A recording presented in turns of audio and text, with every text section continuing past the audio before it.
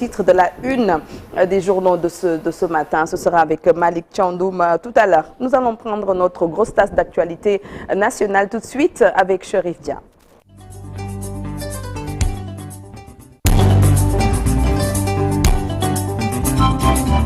D'abord, Cherif, parlons donc du bilan de l'accident survenu sur la route de Bakel. Le bilan s'est alourdi. C'est alourdi de 3. Il est passé à 4 morts. L'un des 11 blessés évacués à l'hôpital a finalement succombé. Selon Sénéweb, parmi les 10 blessés à l'hôpital, le conducteur du véhicule qui est actuellement sous surveillance sécuritaire. Il faut rappeler que le chauffeur d'un autocar transportant des pèlerins revenant du Dakar de Médina Gounass a perdu le contrôle de son véhicule dans un virage. L'autocar s'est renversé après le constat effectué par les gendarmes de la brigade territoriale de Bakel. Les blessés ont été évacués à l'hôpital. Les corps sans vie déposés à la morgue. Une enquête a été ouverte. Et puis on parle de sécurité routière avec l'arrestation de cet enseignant par la brigade territoriale de gendarmerie de Vélingara, ceci à la suite de l'accident survenu samedi dernier et qui a fait 2 morts et une vingtaine de blessés dans la collision entre un camion remorque et un minicar transportant des élèves. Cet instituteur avait partagé un faux bilan de 8 morts dans les réseaux sociaux, donc dans un groupe WhatsApp. Il s'appelle Abou Diba, par ailleurs chargé de la communication de Pastef Vélingara. Dans un communiqué, ses partisans réclament sa libération. Et nous parlons du commissariat central de Louga, Cherif, qui a interpellé 46 candidats à l'immigration irrégulière. C'était hier, selon la police, à la suite de l'exploitation d'un renseignement opérationnel faisant état d'un embarquement d'individus dans un car communément appelé Ndiagandiaï. Sur donc les entrefaits, la police rapporte que les éléments de la brigade de recherche renforcés par les éléments du groupement mobile d'intervention ont mobilisé au quartier Artillerie le 10 car rempli de passagers.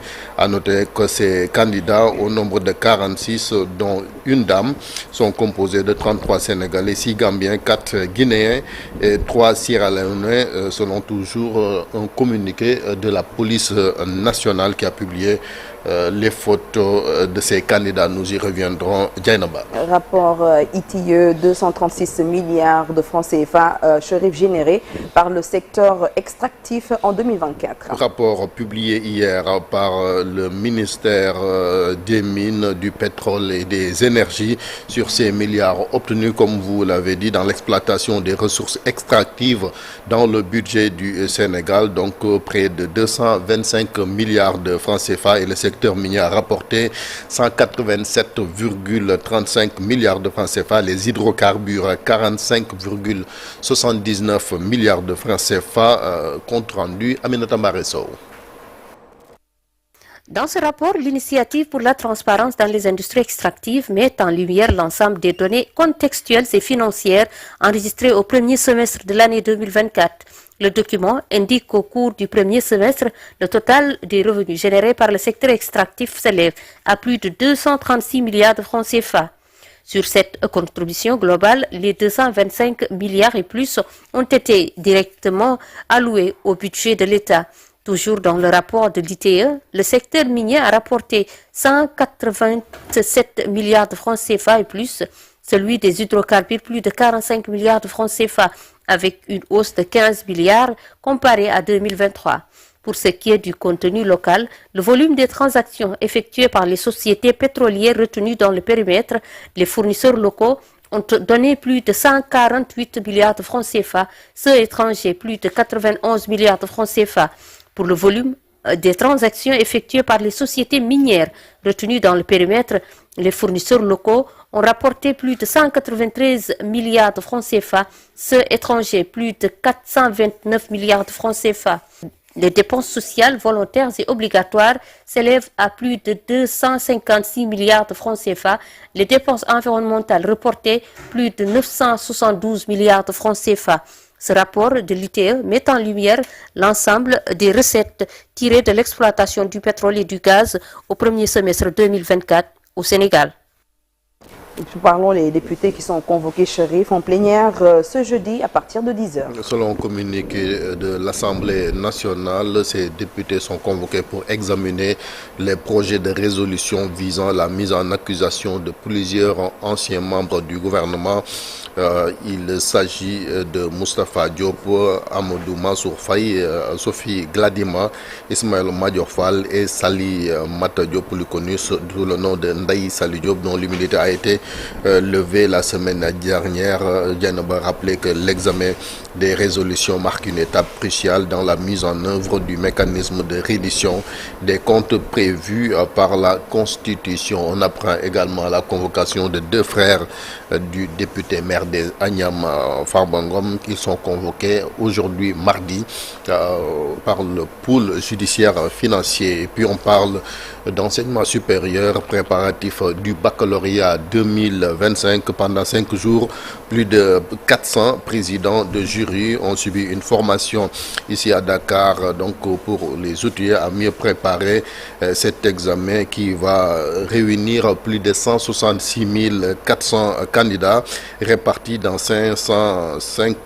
ou 6 jurys. Nous écoutons le ministre de l'Enseignement supérieur, Abdourahmane Diouf, interrogé par Fatou Bintou Konté.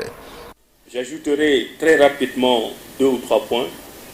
Le premier, c'est que nous voulons, avec l'aide de Dieu et avec votre détermination, un bac sans couac. Un bac sans couac. Le bac est un examen tellement sérieux, tellement social, tellement populaire que nous ne pouvons pas nous permettre qu'il y ait des doutes dans l'organisation du bac. Et j'en profite d'ailleurs pour rendre hommage au président du jury de l'année dernière sur la rigueur et la fermeté avec lesquelles ils ont traité la question de la détention du téléphone portable par les élèves. Nous avons été particulièrement satisfaits de ce qui s'est passé l'année dernière avec des présidents de jury montrant beaucoup de rigueur. Ce n'est pas seulement l'utilisation du téléphone portable qui est interdite pour les candidats, c'est la détention du téléphone portable qui est interdite pour les candidats. Nous allons faire une campagne de communication autour de cette question pour que les parents soient sensibilisés, pour que les élèves soient sensibilisés, mais que vous aussi, vous soyez très conscients de vos responsabilités pour ne laisser aucune légèreté pareille. Nous parlons sport cette fois-ci, Chérif, avec la CAN U20.